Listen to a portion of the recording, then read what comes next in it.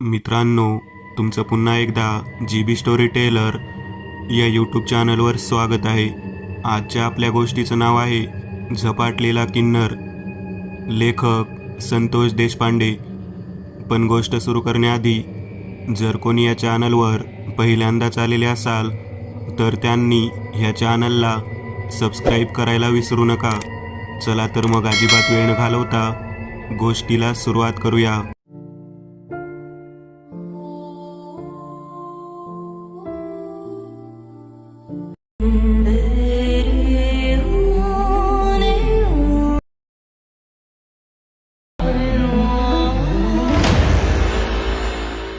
कासेगावच्या यात्रेला जात असताना वाटेमध्ये शाळा होती आणि त्या शाळेला आम्ही नेहमी सायकलवरती जात होतो.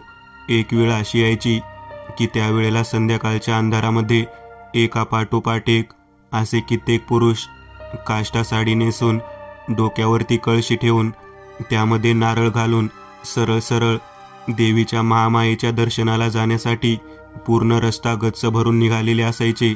त्या रस्त्यावरून त्यावेळेला कुंकवाचा आणि हळदीचा सडा टाकलेला असायचा.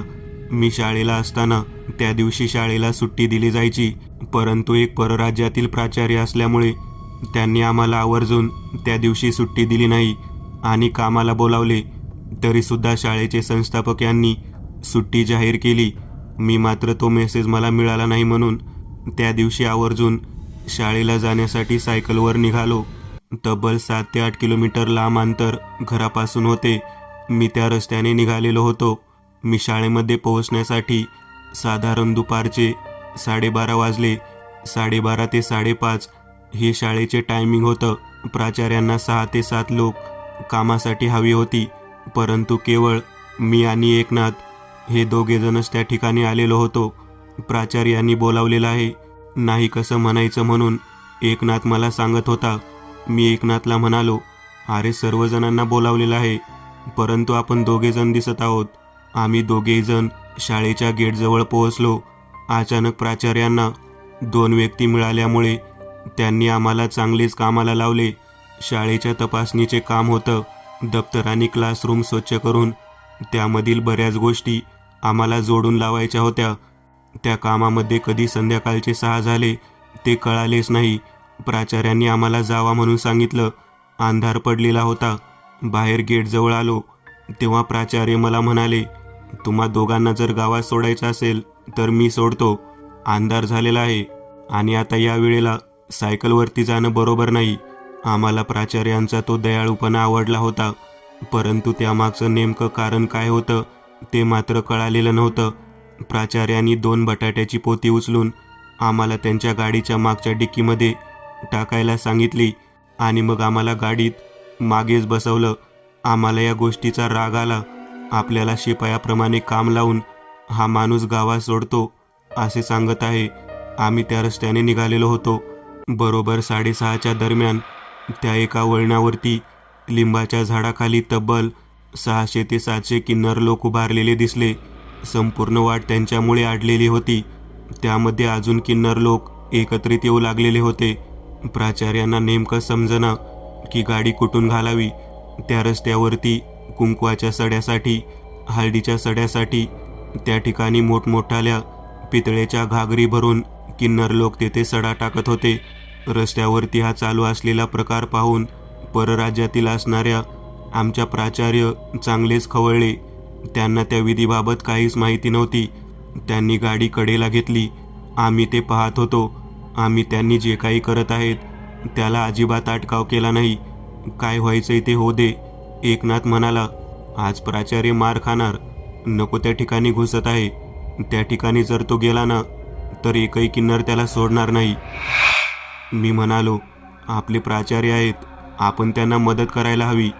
तेव्हा एकनाथ म्हणाला, ते आपले प्राचार्य आहेत हे आपण विसरलेलो नाही, परंतु त्यांनी आपण शिक्षक आहोत हे विसरून आपल्याला नको ते काम लावलेलं आहे. तुला जर जायचं असेल तर जा त्यांना वाचवायला. मी काही येत नाही. एकनाथच्या बोलण्यावरती मी लक्ष ठेवून त्याच्याकडे पाहत म्हणालो, तू म्हणत आहेस तर मी सुद्धा खाली उतरत नाही. आणि तेवढ्यात प्राचार्य रागारागामध्ये त्या समोर उभा असलेल्या 5-6 किन्नरांच्या दिशेने गेले. त्यांनी जेव्हा टाळ्या वाजवून प्राचार्यांच्या जवळ येऊन त्यांना बोलवायला सुरुवात केली. प्राचार्य रागाने त्यांना म्हणत होता, तुम्हारे बाप का रास्ता है क्या? रास्ता छोड़ो. इतनी तादाद में तुम कहाँ जा रहे हो? पुरी चक्को की फौज आई है क्या इधर?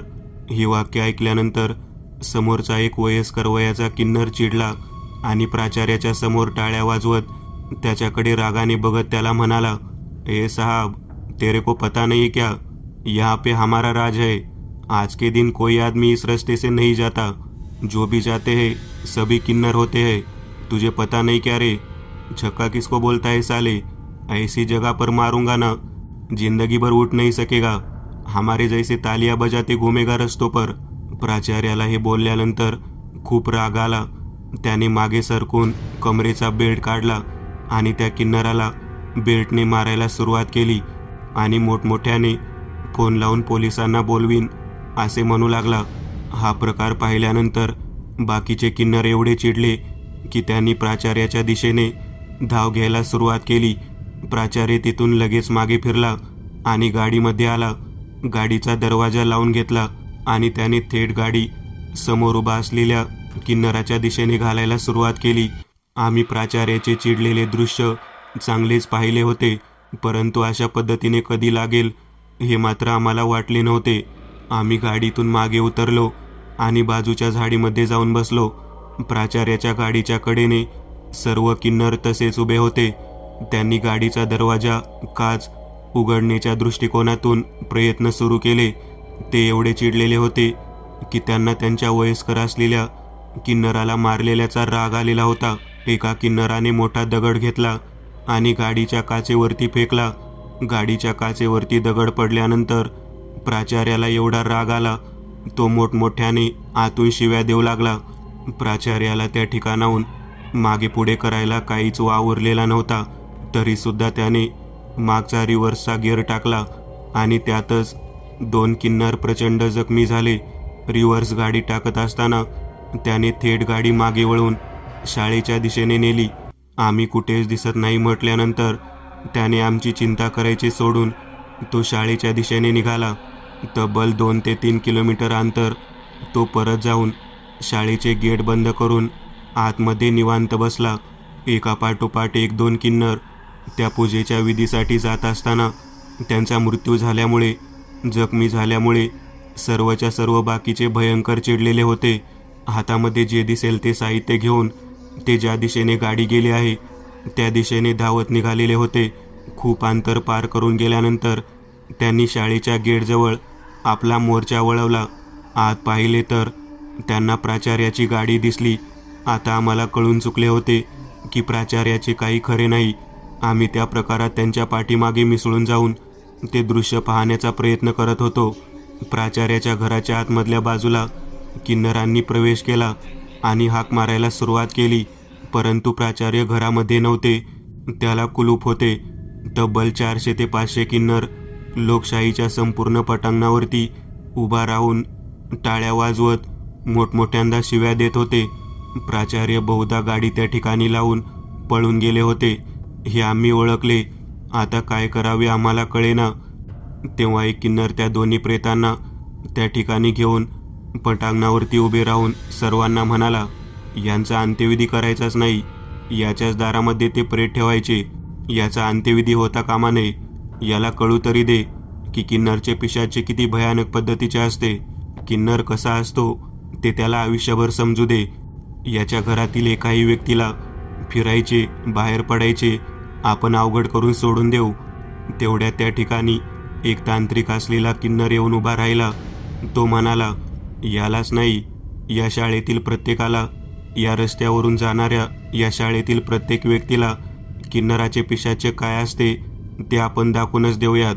आज पूजेच्या दिवशी त्यांनी नंगा नाच चालवला आणि 2 किन्नरांना मारले. याची शिक्षा त्याला मिळायलाच हवी. तांत्रिक असलेल्या किन्नराने त्या दोन्ही प्रेत त्या ठिकाणी खड्डा खंदून पुरायचे म्हणून ठरवले. किन्नराच्या मृत्यूच्या वेळी जे काही घडलं होतं ते कोणीही कोणाला सांगायचे नाही. या शाळेतील संस्थापक असू दे, नाहीतर या शाळेतील कोणता कर्मचारी असू दे, त्या प्रत्येकाच्या नावाची आपण बांधी करायची आणि प्रत्येकाला या गोष्टीची जाणीव करून द्यायची की किन्नर काय आहे ते. हे सर्व काही आम्ही दूरवरून ऐकत होतो. आम्हाला हे सर्व काही भयानक वाटत होते. आता आम्ही या सर्व प्रकाराला अगदी शांतपणे पाहून झाल्यानंतर तेथेच बाजूला थांबलो. सर्व किन्नरांनी मिळून खणलेला खड्डा आणि त्यामध्ये पुरलेले ते 2 मृत्युमुखी पडलेले किन्नर यांना व्यवस्थित पुरल्यानंतर तांत्रिक किन्नर आणि आपल्या जवळचा शंख बाहेर काढला आणि शंख फुकून त्या ठिकाणी तंत्रविद्येचे मंत्र म्हणायला सुरुवात केली. त्या दोन्ही किन्नरांची नावे तो मोठमोठ्यांदा घेत होता. शबू आणि छाया, कोणाला सोडू नका. तुमच्या मृत्यूचा बदला चांगल्या पद्धतीने तुम्ही घ्या. पहिला बळी ग्रहणाच्या रात्री मिळायलाच हवा. असं म्हणून ते सर्व किन्नर लोक तिथून निघाले. प्राचार्य कॅन्टीनच्या वरच्या छतावर लपून बसलेला होता. त्याने ते सर्व दृश्य पाहिले होते. तब्बल 2 तास त्या ठिकाणी हा नंगानाच झाला होता. बरोबर रात्री 10:30च्या सुमाराला आम्ही शाळेमध्ये झोपणे पसंत केले. आता काय करावे आम्हाला कळत नव्हते. आम्ही हे सर्व घडलेले संस्थापकांना सांगायचे म्हणून ठरवले. तेवढ्यात प्राचार्य त्या ठिकाणी आला आणि आम्हाला म्हणाला, चाहे कुछ भी हो जाए, आज जो कुछ भी हुआ है किसी को कुछ मत बताना. वो किन्नरों ने खुद यहाँ आकर उन मरे हुए दोनों को जमीन में गाड़ दिया है. तुम दोनों शांति से चुपचाप बैठे रहना. हे सर्व ऐकल्यानंतर आम्हाला दोघांना काय बोलावे कळेना. शेवटी नोकरीचा प्रश्न होता. तरीसुद्धा एकनाथ म्हणाला, हम क्यों चुप बैठे? आपने 2 किन्नरों को मारा है, गाडी के नीचे कुचल कर मारा है. तेव्हा प्राचार्य त्याच्या केबिनमध्ये आम्हाला घेऊन म्हणाला, हे 2 लाख रुपये घ्या आणि शांत बसा. तुम्हाला अजून पैसे पाहिजे असतील तर देतो, परंतु काहीही बोलायचं नाही. एकनाथ आणि मी दोघेजण शांत बसलो. रात्र होऊन गेली होती. पहाटेच्या वेळी तो सर्व भयानक प्रकार नजरेसमोर येत होता. परराज्यातील असणारा तो प्राचार्य आपल्या राज्यातील मराठी बोलणाऱ्या त्या किन्नरांना सुद्धा त्याने सोडले नाही. त्यांच्यावर रागाने जाऊन गाडी घातली. त्याची चूक आहे. त्याने एवढ्या मोठ्या गर्दीमध्ये रस्त्यावरती जायला मज्जाव असताना गाडी न्यायचीच कशाला? नालायक व्यक्ती आहे तो, असे म्हणून मी आणि एकनाथ दोघेजण त्याला शिव्या देत होतो. दिवस उजाडल्यानंतर आमची सायकल घेऊन आम्ही दोघेजण आमच्या घराच्या दिशेने निघालो. घरी पोहोचल्यानंतर आंघोळ केली. अर्धवट झोप झाल्यामुळे डोळ्यासमोर झोप येत होती. मी घरी झोप घेतल्यानंतर माझ्या नजरेसमोर रात्रीचे दृश्य सारखे येत होतं. त्या किन्नर आणि त्या मुख्य किन्नराने, त्या तांत्रिक किन्नराने ज्या पद्धतीने त्या ठिकाणी असलेल्या लोकांची तंत्रबांधणी केली हे सांगत होते, ते दृश्य माझ्या डोळ्यासमोर येत होतं. मला वाटत होतं की आपण जर शाळेमध्ये पुन्हा जर गेलो तर आपल्याला तेथे पुरलेले ते दोन्ही किन्नर छाया आणि छबू हे सोडणारच नाहीत. प्राचार्याची काय अवस्था होईल हे सुद्धा मला जवळजवळ जाणवू लागलेलं होतं. परंतु पुरलेले ते पिशाचे किन्नर जे कोणी असतील ते अशा पद्धतीने बदला घेऊ शकतात का, असा विचार मनात येऊ लागला. आणि त्याने ग्रहणकाळ जो काही होता तो सांगितलेला होता. म्हणजे अजून ग्रहणकाळ नाही म्हटल्यानंतर आपण तोपर्यंत सुरक्षित आहोत असे मला मनापासून वाटू लागले. मी दुसऱ्या दिवशी शाळेला जाण्यासाठी उठलो. शाळेला जाण्यासाठी उठल्यानंतर बराच उशीर झाल्यामुळे मी शाळेत उशिरा पोहोचलो. प्राचार्य आम्हा दोघांना काहीच बोलला नाही. बाकीचे सर्व शिक्षक त्या ठिकाणी आलेले होते. रात्री घडलेला हा जो काही प्रकार होता तो सगळा काही आम्ही दाबून ठेवलेला होता. प्राचार्यांनी आम्हा दोघांना एकांतात बोलावून घेतले आणि आम्हाला सांगितले की कोणाला काहीच बोलू नका. ज्या जागी त्यांनी प्रेत पुरलेला आहे ती जागासुद्धा अगदी व्यवस्थित पद्धतीने मी रोलिंग करून घेतलेली आहे. एकनाथाच्या मनामध्ये प्राचार्याबद्दल खूप चीड निर्माण झालेली होती, परंतु पैसे देऊन तोंड दाबल्यामुळे काय बोलावे काही कळत नव्हते. एकदम जेवढा पगार आहे वर्षाचा त्याहीपेक्षा जास्त रक्कम आपल्याला प्राप्त झाल्यामुळे आम्ही दोघेजण आनंदित होतो. मी सहज लक्ष देऊन शाळेमधल्या खोलीतल्या कॅलेंडरकडे पाहू लागलो. आपण पाहायला हवं, कधी ग्रहण असू शकते. बरोबर ग्रहण त्याच महिन्यात बरोबर होते. आता ग्रहणा दिवशी काहीतरी घडणार असं माझ्या मनात येऊन गेलं. मी माझ्या मित्राला म्हणजेच एकनाथला ती गोष्ट बोलू लागलो. एकनाथ मला म्हणाला, काही काय बडबडतोस? तो किन्नर जो तांत्रिक होता तो जे काही बोलला ते मनावर घेऊ नको. असं कुठे लोकांना मारता येत असतं का? जर तसं मारता येत असतं तर आतापर्यंत प्रत्येक लोकांनी तंत्रविद्या शिकली असती. एकनाथचे बोलणे ऐकल्यानंतर मला जवळजवळ समजले होते की यामध्ये काही तथ्य नाही.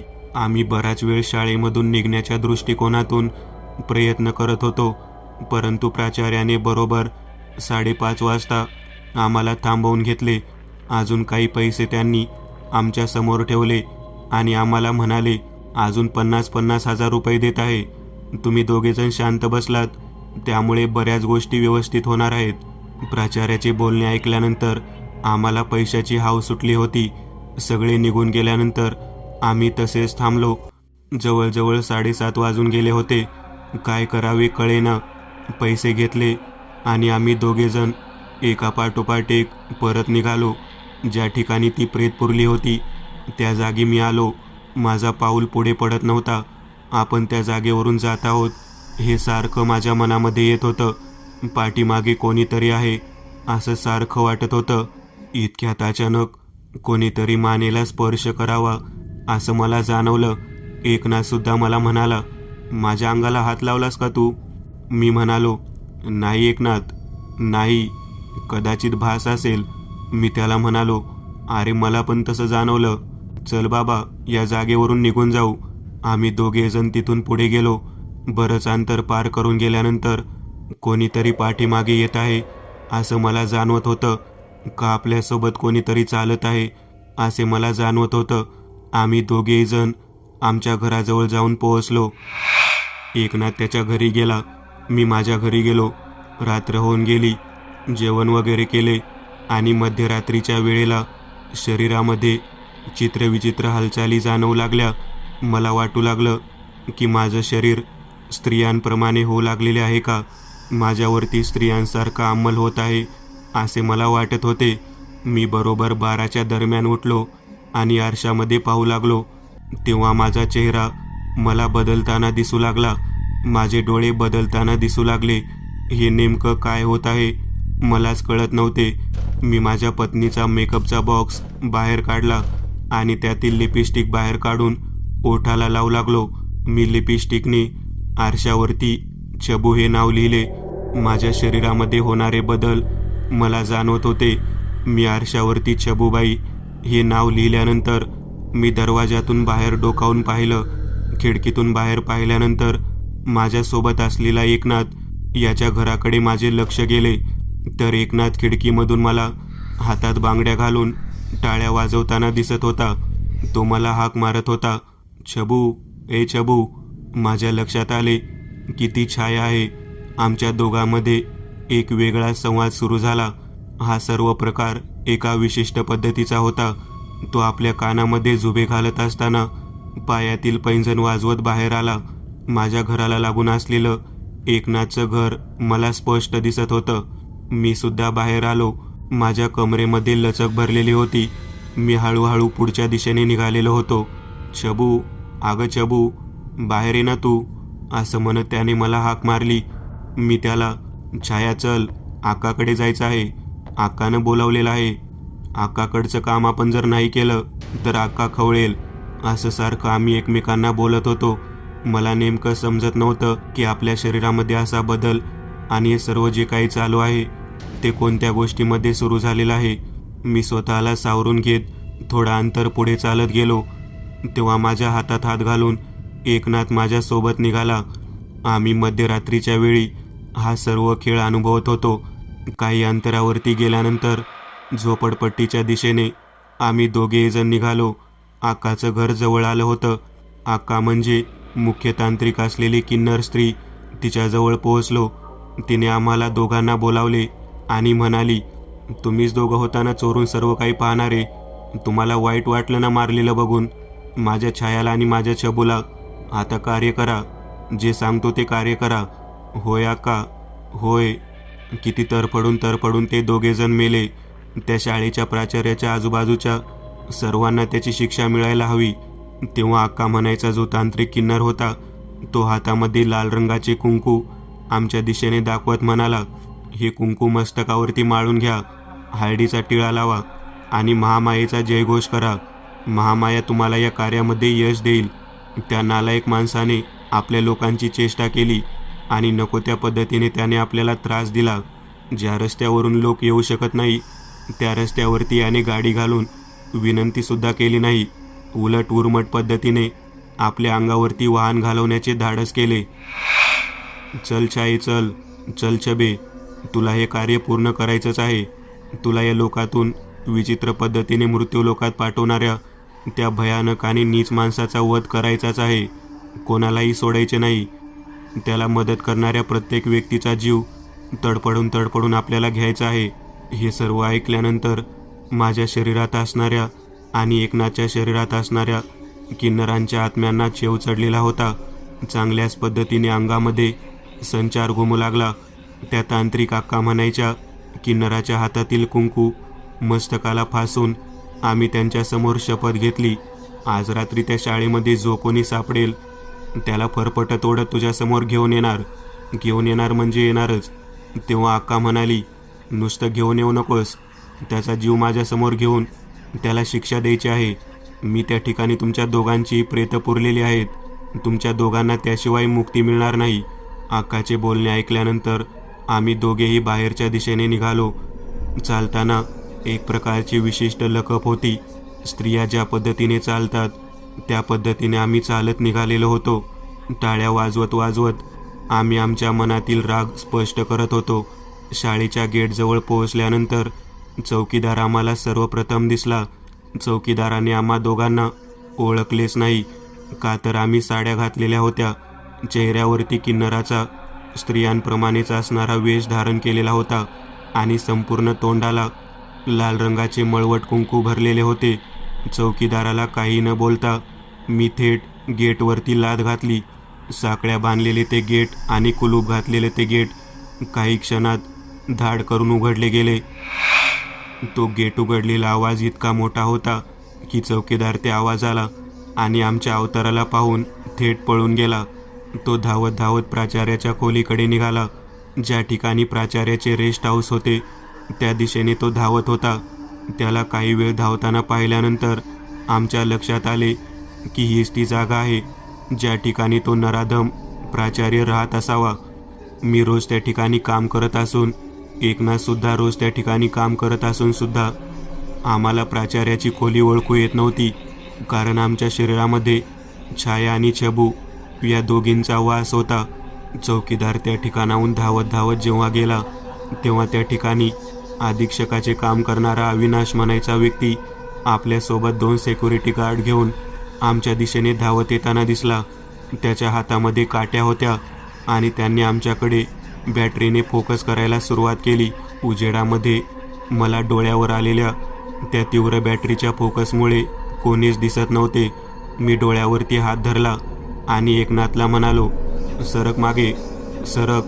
तेवढ्यात एकनाथने खाली वाकून डोळ्यावर आलेला उजेड बाजूला करत समोर पळत जाणे पसंत केले. धावत धावत जाऊन उंच उडी मारून थेट समोरच्या उभारलेल्या सिक्युरिटी गार्डच्या छातडात लाद घातली आणि तो मोठ्यांदा किंचाळू लागला.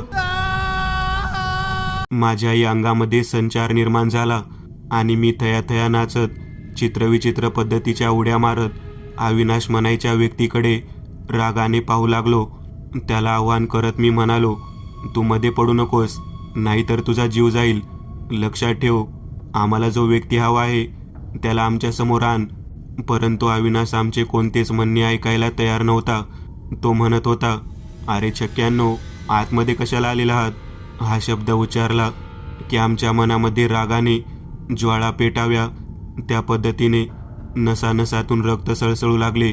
त्या दोन्ही सोबत आलेल्या गार्डला उचलून धरत आम्ही बाजूच्या भिंतीवर फेकून दिले आणि अविनाशच्या छातडात लाद घालून अविनाशला पालथे पाडले.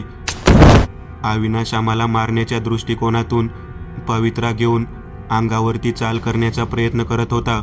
तेवढ्यात एकनाथच्या शरीरामध्ये असलेल्या त्या किन्नराने काही क्षणात अविनाशचे पाय मुरगाळून टाकले. दोन्ही पाय मुरगाळून टाकल्यानंतर अविनाश ओरडू लागला. अविनाशच्या ओरडण्याचा आवाज आणि भिंतीवर फेकून दिलेले सिक्युरिटी गार्ड यांचा किंचाळण्याचा आवाज त्या संपूर्ण परिसरामध्ये दणाणून गेला. आमच्या दोघांच्या माराने तेथे उपस्थित असलेले ते 4-5 लोक चांगलेच बेभान होऊन इकडे तिकडे पळू लागले. अविनाशचे दोन्ही पाय निकामी झाल्यासारखे होते. तो माफ कर, माफ कर म्हणून ओरडत होता, परंतु एकनाथ काही केल्यास सोडत नव्हता. तो म्हणत होता, छाया आणि छबूच्या नादी लागला तुम्ही. तुम्हाला आता नाही यातून सुट्टी मिळणार. कुठे आहे तो प्राचार्य? तेव्हा अविनाशने बोट करून प्राचार्याच्या रेस्ट हाऊसकडे खून केली. आम्ही वेगामध्ये त्या दिशेने जाण्यासाठी निघालो. प्राचार्याच्या घराच्या बाहेरचं ग्रिल लावण्यात आलेलं होतं. त्या ठिकाणी एक शिपाई बाहेर पहारा देत बसलेला होता. त्याने आम्हाला पाहिलं आणि त्याने हातातील काठी गोल फिरवायला सुरुवात केली. त्याने आमच्या दिशेने काही दगडसुद्धा भिरकावली, परंतु त्याचा काहीच परिणाम आमच्या शरीरावरती झाला नाही. मस्तकाला एक दगड येऊन लागल्यानंतर माझ्या डोक्यातून रक्त वाहू लागले. माझे ते भीषण रूप पाहून तो शिपाई तिथून पळून गेला. आता खिडकीच्या आतमधून आम्हाला पाहणारा प्राचार्य दिसत होता. खिडकीच्या आतमधल्या प्राचार्याच्या दिशेने आमची नजर गेली. त्याने लाईट बंद केली आणि तो दुसऱ्या खोलीच्या दिशेने पळत पळत गेला. ग्रिल काही केल्या उघडले जात नव्हते, तरी सर्व ताकदीनिशी उघडण्यासाठी आम्ही प्रयत्न करू लागलो. तेवढ्यात एकनाथने आपल्या दोन्ही टाळ्या जोरात वाजवल्या आणि जोरदार लाथ त्या दरवाजावरती घातली. एवढी भयंकर ताकद असलेली प्रथमच आमच्या लक्षात येत होती. ग्रिलचा दरवाजा उघडला गेला. मग त्या आनंदामध्ये तयार करत आम्ही दोघेही जण त्या घराच्या आतमध्ये शिरलो. त्या प्राचार्याच्या दिशेने आम्ही पुढे सरसावलो. तेवढ्यात त्याच्या घरामध्ये असलेला त्याचा लहान भाऊ आमच्या दिशेने आलेला आम्हाला दिसला. तो आमच्याशी बोलण्याच्या पावित्र्यामध्ये होता, परंतु एकनाथच्या शरीरात असणारी किन्नर शक्ती त्याच्याबरोबर बोलायला तयार नव्हती. तिने त्याला डाव्या हाताने उचलले आणि त्याला मध्ये पडू नये असे आवाहन केले. प्राचार्याचा लहान भाऊ प्रचंड घाबरला. तो तेथून मी मागे सरकतो, मी इथून निघून जातो म्हणून तिथून तो बाहेर पडला. तो घाबरून पळून निघून गेला. आम्ही प्राचार्याला शोधत होतो. प्राचार्य काही अंतरावरती एका खोलीमध्ये शिरताना मी पाहिला. आम्ही दोघे जण त्याच्या पाठीमागे धावत धावत जाण्यासाठी पुढे निघालो. तो एका खोलीचं दार लावण्याचा प्रयत्न करत आतमध्ये लपून बसण्याचा प्रयत्न करत होता. त्याच्या लक्षात आले, त्यांनी काल जे मारलेले दोन्ही किन्नर होते तेच हे किन्नर आपल्या समोर येऊन आपला जीव घेण्याच्या दृष्टिकोनातून प्रयत्न करत आहेत. त्याचा थरथराट सुरू झालेला होता. त्याला कळून चुकलेले होते की आज आपले काही खरे होणार नाही.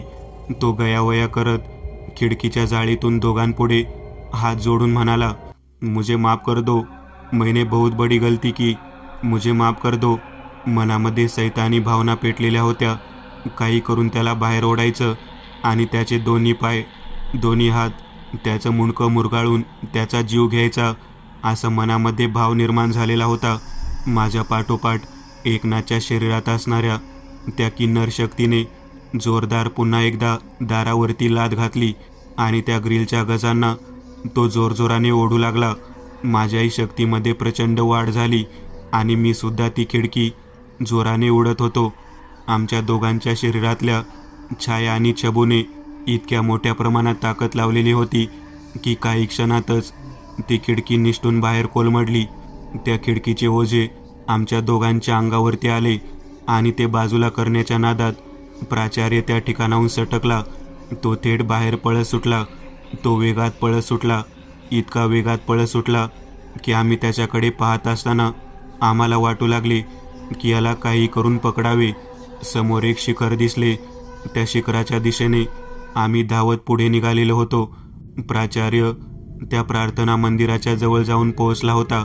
त्याच्या धावण्याच्या वेगामध्ये तो दगडाला ठेचून खाली पडला.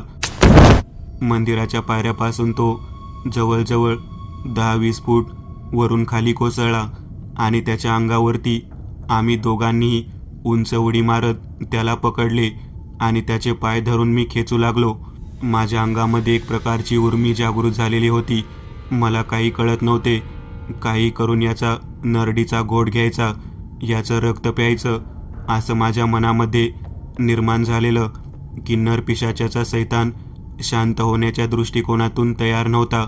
मी अखेर त्या प्राचार्याच्या छातडावरती लाथ घातली आणि त्याची मुंडी हातात दाबून धरली. एकनाथच्या शरीरामध्ये असलेल्या त्या किन्नर पिशाच्याने त्याचे डोके गोल फिरवले आणि त्याच्या तोंडातून रक्त वाहू लागले. त्याचे ओरडणे थांबून गेलेले होते. त्याच्या शरीराचा थरथराट सुरू झालेला होता आणि काही क्षणामध्ये तो तडफडू लागला. त्याची अशी भयानक अवस्था केल्यानंतर त्याचं प्रेत फरफटत ओढत आम्ही गेटच्या दिशेने घेऊन येऊ लागलो.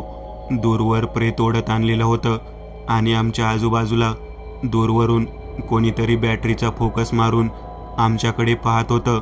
आमच्या शरीरामधला हा उन्हात पाहून बाकीचे सर्वजण घाबरलेले होते.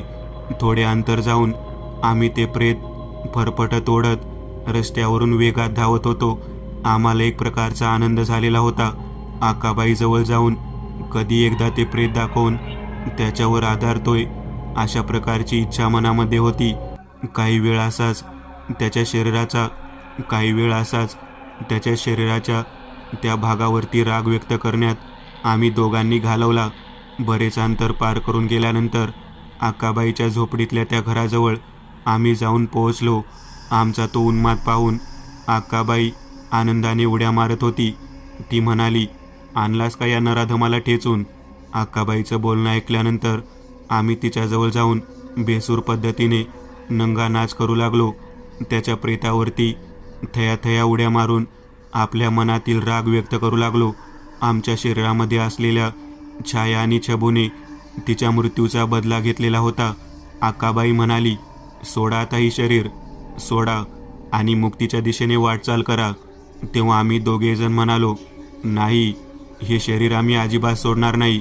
आम्हाला नव्याने आयुष्य जगण्यासाठी कधीतरी प्रथम आम्हाला पुरुषाचे शरीर प्राप्त झालेले आहे. त्याच्या मनातील भावना, त्याच्या शरीरातील वेदना, त्याच्या शरीरातील उत्साह, त्या पुरुषांच्या शरीरातील रोमांच मला अनुभवायचा आहे. त्याचेही शरीर सोडणार नाही. आता मात्र आकाबाईला काय करावे कळेना. ती तांत्रिक असणारी आकाबाई आमच्या दोघांच्या दिशेने पाहत म्हणाली, हेच आहे, मी सांगते ते नीट व्यवस्थित ऐक. हे दोघे एक पवित्र शरीराचे पुरुष आहेत. यांच्या शरीराला तू काही काळाकरता धारण करू शकत होतीस. लक्षात ठेव, या दोघांच्या मनामध्ये तुमच्या दोघांच्या मृत्यूबद्दल करुण भावना निर्माण झाली. त्यांना हळूहळू व्यक्त झाली.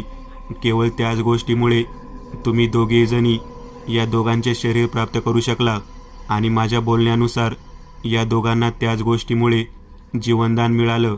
यांना तुम्ही काही करू शकला नाहीत. केवळ यांचे शरीर तुम्ही प्राप्त केले. आता तंत्रसिद्धीच्या नियमानुसार तुम्हाला तुमची इच्छा पूर्ण झाल्यानंतर हे शरीर सोडावेच लागेल. आमच्या दोघांच्या शरीरामध्ये असलेली छाया आणि छबू दोघेजणी नकार देत होत्या. त्या म्हणत होत्या, तुला कळतं का, कित्येक वर्षांनी नव्हे तर कित्येक जन्मांनी या किन्नर घेऊन इथून प्रथम आम्हाला पुरुष योनी प्राप्त झालेली आहे. पुरुषाच्या आयुष्यातील सुख, त्याचा रुबाब आम्हाला काही दिवस तरी उपभोगू दे. तेव्हा तांत्रिक असलेली आकाबाई आमच्याकडे पाहत म्हणाली, जे आपलं नाही ते आपलं नाही, जे आपलं आहे तेच आपलं आहे. तू जर असं करून जर शरीर सोडत नसशील तर मला काहीतरी करावे लागेल. आमच्या दोघांच्या शरीरातील ते किन्नर बाहेर पडायला तयार नव्हते. झपाटलेला किन्नर इतका भयानक पद्धतीने उन्माद माजू शकतो हे आम्हाला संपूर्णतः कळत होते. परंतु शरीरावरती त्यांचा अंमल एवढ्या भयानक पद्धतीचा होता की आता आपले जीवन याच पद्धतीने पुढे जाणार असे वाटत होते. तेवढ्यात आकाबाई बाहेर पडली आणि ती थेट ज्या ठिकाणी छबू आणि छायाची प्रेत पुरलेली आहेत तिथे गेली. एका क्षणात त्या ठिकाणची प्रेत उकरून बाहेर काढायला सांगून तेथील चौकीदाराला ती म्हणाली, या दोघांच्या प्रेतांना बाहेर काढ. माझी तंत्रसिद्धीची बांधी मी तोडत आहे. आणि तिने काही क्षणात तंत्रसिद्धीची बांधी तोडली आणि आपल्या जवळच्या पवित्र मंत्रांनी पाणी शिंपडून त्या शरीरामध्ये आमच्या शरीरात प्रवेश करणाऱ्या त्या भयानक किन्नर पिशाच्या शक्तीला तिने बोलावून घेतले आणि सोडून जा, सोडून जा म्हणून ओरडायला सुरुवात केली. काही क्षणात आमच्या शरीराचा थरकाप उठून आमच्या शरीरातून वीज चमकावी त्या पद्धतीने आगीच्या ज्वाळा निर्माण झाल्या आणि आम्ही जागेवरती बेशुद्ध पडलो. त्यानंतर काय झाले ते कळालेच नाही. जेव्हा आम्ही जागे झालो तेव्हा आमच्या दोघांच्या शरीरावरती केळीचे पान ठेवण्यात आलेलं होतं. बाईंनी आम्हाला उभे केले आणि सांगितले, तुम्ही दोघे जण त्या झपाटलेल्या किन्नराच्या त्रासातून मुक्त झालेला आहात. मी एक नवीन चॅनल ओपन करत आहे. त्यावर तुम्हाला ॲनिमेटेड हॉरर स्टोरीज पाहायला मिळतील. त्या चॅनलची लिंक या व्हिडिओच्या डिस्क्रिप्शनमध्ये दिलेली आहे. चॅनलला सबस्क्राईब करायला विसरू नका. मित्रांनो, आज पुरतं एवढंच. तुम्हाला जर काही गोष्ट आवडली असेल तर नक्की लाईक करा. तुमच्यापैकी बरेचसे जण व्हिडिओ लाईक न करताच पळून जातात, पण हा जर व्हिडिओ तुम्ही लाईक केला तर मला जरा बरं वाटेल आणि असेच भारी भारी व्हिडिओ बनवायची माझ्यात एनर्जी येईल. त्यामुळे नक्की लाईक करा आणि अजूनही कोणी या चॅनलला सबस्क्राईब केलेलं नसाल तर लगेच सबस्क्राईब करून टाका आणि बाजूची घंटी ती मात्र दाबायला विसरू नका. देवाची घंटी आहे ती. चला तर मग पुन्हा भेटूया अशीच एक आगळी वेगळी गोष्ट घेऊन पुढच्या